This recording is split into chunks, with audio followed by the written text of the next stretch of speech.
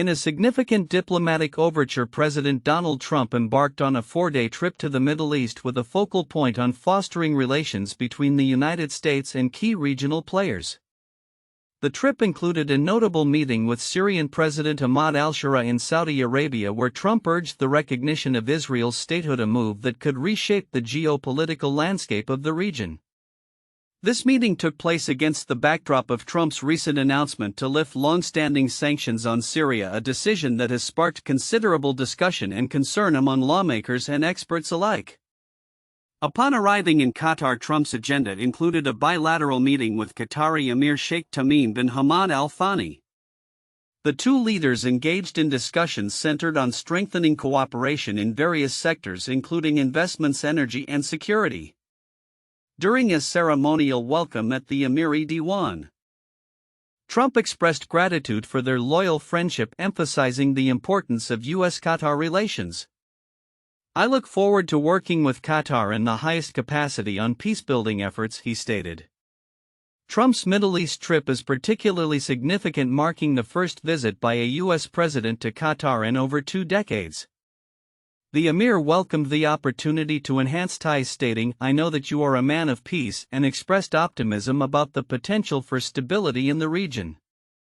As part of his diplomatic efforts, Trump hinted at a forthcoming signing of bilateral agreements, further solidifying the partnership between the two nations.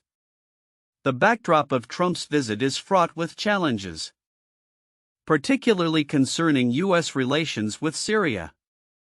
The president's encouragement for al-Sharaa to normalize ties with Israel and the suggestion to expel foreign terrorists from Syria reflects a strategic pivot in U.S. foreign policy. As Trump noted, "You have a tremendous opportunity to do something historic in your country," highlighting the potential for a new chapter in Syrian governance following years of civil war. However, Trump's administration faces scrutiny over its acceptance of a luxury jet from Qatar intended for use as Air Force One. Critics, including Senate Minority Leader Chuck Schumer, have voiced concerns regarding the implications of such a gift, leading to calls for increased transparency. As the political landscape evolves, the Democratic National Committee has taken to the skies, flying a banner over Trump's Mar-a-Lago estate, mocking his ties to Qatar, an indication of the contentious atmosphere that accompanies the president's foreign engagements. On a broader economic front, the Trump administration recently announced significant reductions in tariffs between the U.S. and China, aiming to stabilize the trade relationship between the two largest economies. This move is seen as a precursor to a more comprehensive trade deal, which could have implications for the global market. As Trump continues his Middle East tour, including a planned visit to the United Arab Emirates, the outcomes of these diplomatic engagements remain to be seen. With a focus on regional peace and economic ties, the president's actions could set the stage for a transformative period in U.S. foreign policy in the Middle East. As he stated while en route to Qatar, "This is good for Israel," suggesting that the intertwining of U.S. relations in the Gulf could ultimately benefit Israel's standing in the region, a narrative that will require careful management as developments unfold. In a move that has sparked significant debate and drawn both criticism and support, President Donald Trump has publicly defended his intention to accept a luxury Boeing 747-8 jet valued at approximately $400 million from Qatar. The jet, which was initially reported as a gift from the Qatari royal family, is intended to temporarily serve as Air Force One amid ongoing delays in the delivery of new presidential aircraft from Boeing. Trump's remarks on the matter have reignited discussions surrounding the legality and ethics of accepting such a high-value gift from a foreign government. During an exclusive interview with Fox News host Sean Hannity, Trump described the proposed gift as a great gesture and questioned why the United States should decline such an offer. "Now some people say, oh, you shouldn't accept gifts for the country. My attitude is, why wouldn't I accept the gift? We're giving to everybody else," Trump stated, emphasizing his belief that the United States should possess the most impressive presidential aircraft. The president's comments come during a diplomatic trip to the Middle East, where he is seeking to foster investment relationships and solidify alliances. The potential acceptance of the aircraft has raised eyebrows, particularly among Democrats, some of whom have labeled the planned transaction as wildly illegal. They cite a provision in the U.S. Constitution which prohibits elected officials from accepting gifts from foreign leaders without congressional approval. Democratic Senator Adam Schiff referred to this clause, noting its historical purpose to prevent bribery and undue influence in government. Constitutional law experts have noted that the scale and nature of this gift are unprecedented, raising questions about its legality. The Qatari government has since downplayed reports regarding the gift, claiming that negotiations are still ongoing. A spokesman for Qatar's defense ministry confirmed that discussions about providing the plane to the Pentagon are in progress and modifications would be necessary to meet Air Force One's safety and security standards. However, experts believe this process could take years, suggesting that the aircraft may not be operational until the later stages of Trump's term. As the controversy unfolds, Trump's connections in the region have come under scrutiny. His administration's business dealings, particularly those involving the Trump Organization, have been highlighted during this trip. Notably, plans have been announced for a Trump-branded luxury golf course and villas in Qatar, sparking concerns about conflicts of interest. White House Press Secretary Caroline Leavitt dismissed suggestions that Trump's diplomatic efforts were financially motivated, describing such claims as ridiculous. In light of the mixed reactions to his decision, Trump has reiterated his stance, arguing that accepting the jet would not only save taxpayer money but also honor the long-standing military partnership between the United States and Qatar. Why should our military and therefore our taxpayers be forced to pay hundreds of millions of dollars when they can get it for free from a country that wants to reward us for a job well done, he wrote on social media. As the debate continues, it remains to be seen how this situation will evolve and what implications it may have for U.S. Qatar relations. With the 2024 election cycle underway, this incident may also influence perceptions of Trump's administration and its approach to foreign policy. As Trump navigates these waters, the discussions surrounding this gift will likely persist, bringing with them broader questions about transparency, legality, and the nature of international diplomacy. In a significant diplomatic development, President Donald Trump has embarked on a 4-day trip to the Middle East, during which he met with Syrian President Ahmad al-Sharaa in Riyadh, Saudi Arabia. This meeting marks a pivotal moment in U.S.-Syria relations, as Trump urged al-Sharaa to recognize Israel's statehood, a move that could signal a shift in the long-standing geopolitical dynamics of the region. Trump was accompanied by Saudi Crown Prince Mohammed bin Salman and Turkish President Recep Tayyip Erdogan, who joined the discussions remotely. The backdrop to this meeting is the recent lifting of long-standing sanctions on Syria, a decision announced by Trump at a Saudi investment forum. In a bold statement, he expressed optimism about Syria's potential to achieve greatness following the ousting of dictator Bashar al-Assad, who had ruled for over 5 decades. "You have a tremendous opportunity to do something historic in your country," Trump told al-Sharaa, highlighting the potential for Syria to reintegrate into the international community. The implications of this shift are profound, as it could pave the way for other Arab nations to normalize relations with Israel as part of the broader Abraham Accords initiative. Following the meeting, Trump traveled to Doha, Qatar, where he was welcomed by the Emir Sheikh Tamim bin Hamad Al Thani. The visit included an arrival ceremony at the Emiri Diwan Royal Court, with discussions expected to focus on investments, energy, military cooperation, and regional peace initiatives. Trump's trip comes amid scrutiny over his administration's acceptance of a luxury Boeing 747 from Qatar intended for use as Air Force One.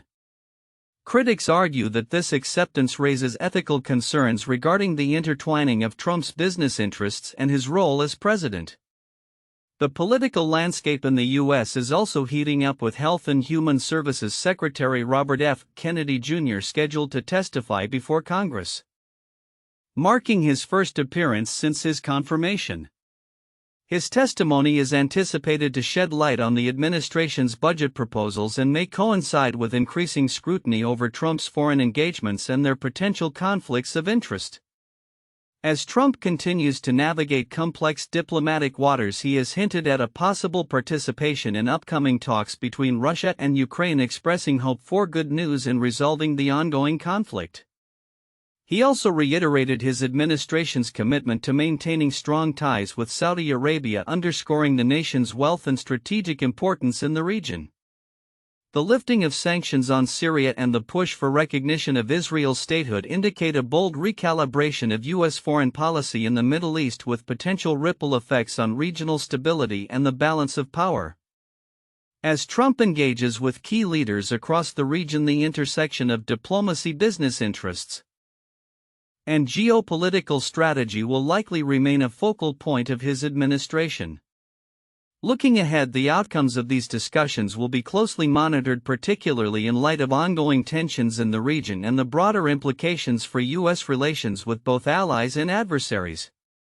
The evolving landscape underscores the complexities of international diplomacy and the far-reaching impacts of presidential decisions on global affairs. In a significant shift in U.S. foreign policy, President Donald Trump announced the lifting of sanctions on Syria, a move that has garnered both support and criticism amid complex geopolitical ramifications.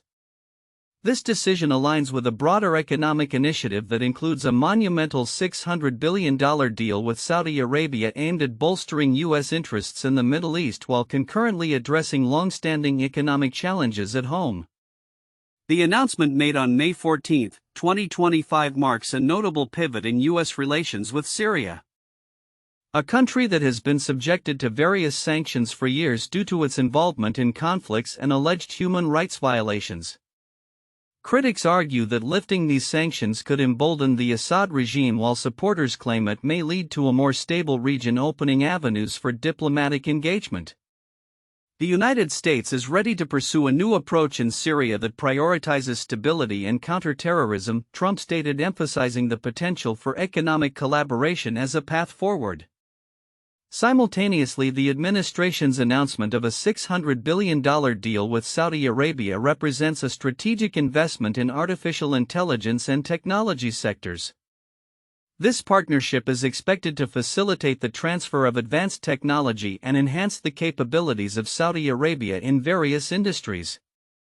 This agreement will not only strengthen our economic ties but also position the U.S. as a leader in technological innovation in the region. Trump remarked during a press briefing. The deal has been seen as a response to the kingdom's aspirations for modernization and diversification away from oil dependency. However, the lifting of sanctions and the Saudi deal come at a time when the U.S. economy is grappling with uncertainties. Recent discussions on the state of the economy have painted a mixed picture. While inflation rates showed slight signs of cooling, the overall sentiment remains cautious as many small businesses continue to be adversely affected by existing tariffs.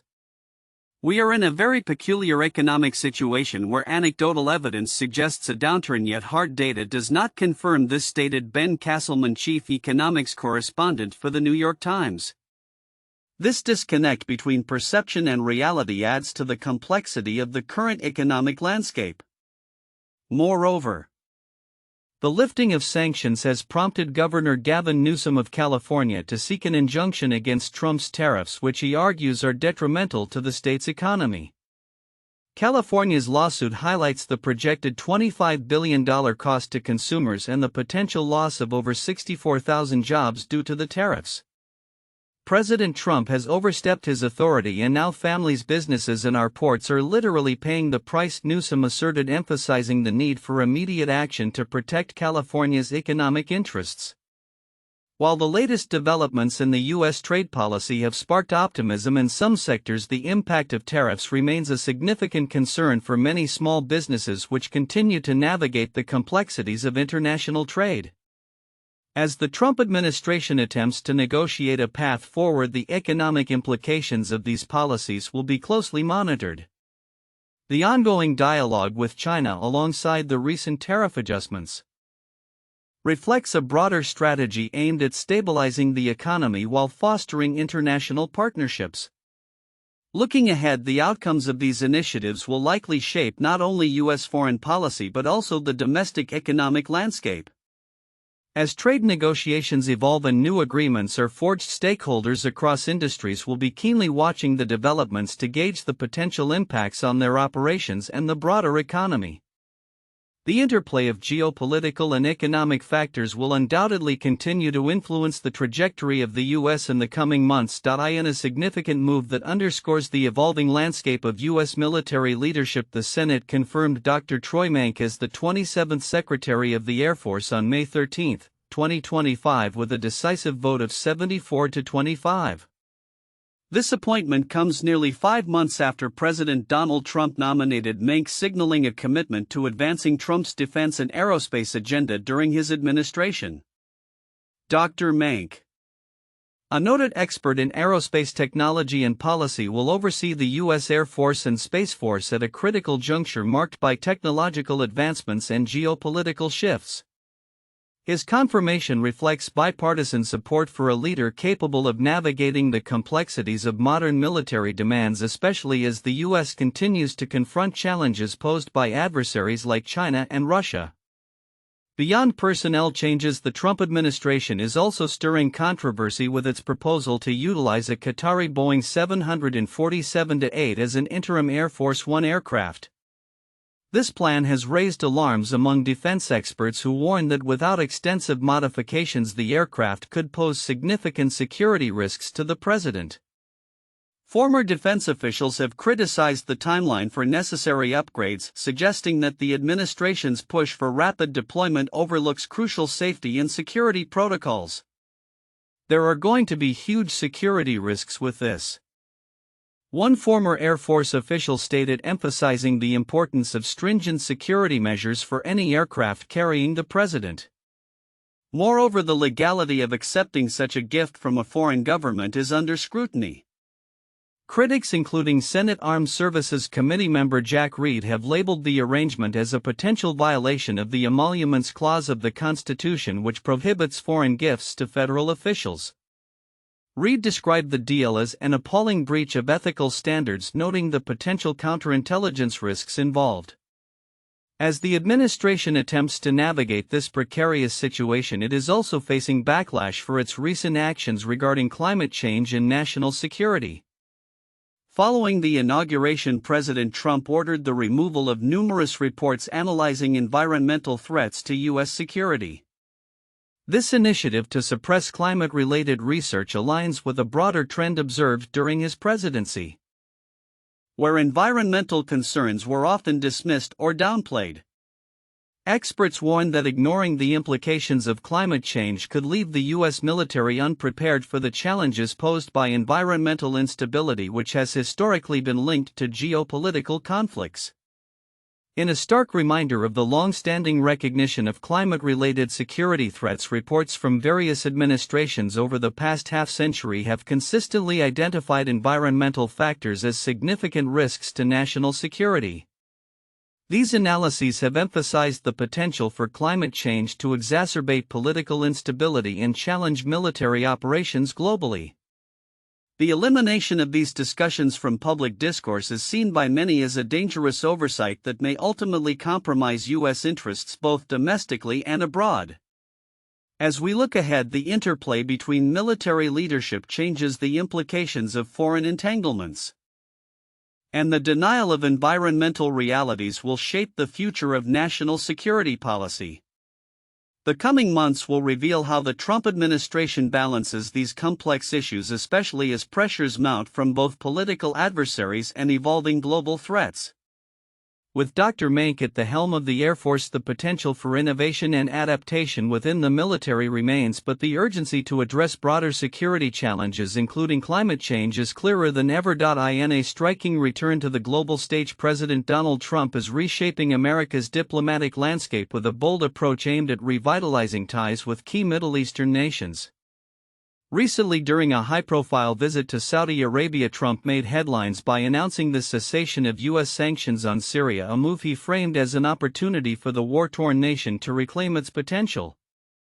This declaration, delivered amid a series of business engagements and investment discussions, underscores a significant shift in U.S. foreign policy under Trump's renewed administration. As Trump addressed a gathering of Middle Eastern leaders, he expressed optimism about Syria's future, stating it's their time to shine. Good luck, Syria. Show us something very special. This statement came just before a scheduled meeting with Syria's new president, signaling a potential thaw in relations that had been strained over the country's protracted civil conflict and humanitarian crisis. The president's remarks were met with applause, particularly from Crown Prince Mohammed bin Salman, who has been a central figure in Trump's outreach efforts in the region. The backdrop of Trump's announcement was the Saudi-U.S. Investment Forum, where he outlined a vision for a prosperous Middle East through technological advancements and economic partnerships. In stark contrast to former President Joe Biden's administration, which had labeled Saudi Arabia a pariah over human rights concerns, Trump emphasized a pragmatic approach focusing on economic cooperation rather than moral judgment. Too many American presidents found themselves afflicted by the notion that it's our job to look into the souls of foreign leaders, Trump remarked, advocating for a shift towards collaboration aimed at mutual benefit. The centerpiece of Trump's visit was a landmark $600 billion investment agreement with Saudi Arabia, which includes substantial commitments from major U.S. companies such as Google, Amazon, and Uber. This agreement is described by the White House as ushering in a new golden era of partnership, as it promises to bolster U.S.-Saudi economic ties significantly. Key projects include a $20 billion investment in artificial intelligence data centers and a multi-billion-dollar defense partnership, highlighting the intertwining of economic and military interests. Trump's transactional style of diplomacy was further illustrated by his comments regarding a luxury airplane gift from Qatar, which he defended as a great gesture that should be welcomed, reflecting his business-oriented mindset. This focus on deal-making resonates with American business leaders present at the forum, who are eager to tap into Saudi Arabia's wealth and investment opportunities. The atmosphere was described as one of excitement and engagement, with high-profile executives from various industries seeking to forge connections with Saudi investors. While the lifting of sanctions on Syria and the investment agreement with Saudi Arabia are significant developments, they are not without complications. Trump's push for Saudi Arabia to join the Abraham Accords, which normalized relations between Israel and several Arab nations, met with a muted response, illustrating the complexities of the region's geopolitics. Saudi Arabia's long-standing support for a Palestinian state remains a critical hurdle in these discussions. As Trump continues to pursue a diplomatic strategy that emphasizes economic partnerships over traditional political alliances, the implications of these actions are far-reaching. The potential for a revitalized Middle East as envisioned by Trump hinges on the success of these initiatives and the responsiveness of regional leaders. With ongoing tensions, particularly related to Iran and the Israel-Palestine conflict, the coming months will be pivotal in determining whether this new approach results in lasting stability and prosperity in the region. Looking ahead, the outcomes of Trump's diplomatic efforts will be closely monitored, as they could redefine U.S. foreign relations and influence global economic trends. The president's ability to maintain momentum in these negotiations will be crucial not only for his administration but also for the broader geopolitical landscape.